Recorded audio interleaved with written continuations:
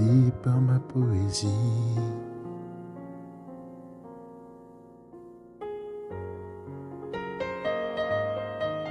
Elle vit par ma poésie.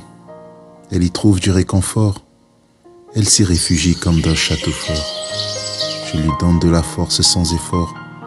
Elle écoute mes rimes et se nourrit de ces mots qui s'avèrent être des pansements à demi-mots. Elle m'a dit que parfois je la rassurais. Même si je ne pense pas faire tant que ça, j'écris juste sur la vie, sur les autres et parfois sur moi.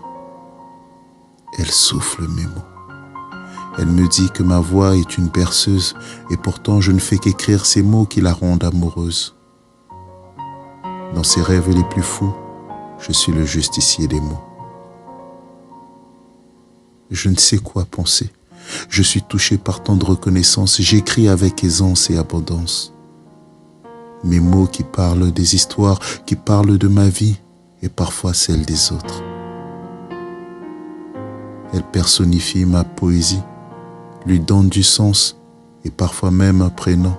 Et dans le couloir de la destinée, elle s'est arrêtée à la porte, éternité.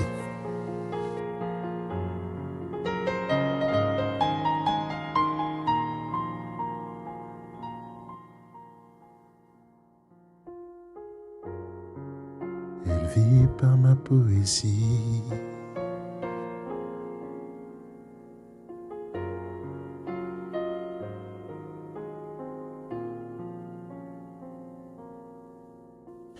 Elle rêve en grand pour échapper à ses tourments.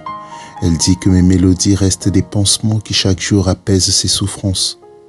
Elle dit que dans mes textes il y a de la tolérance, de l'amour et de la tristesse, que mes paroles sont comme des caresses.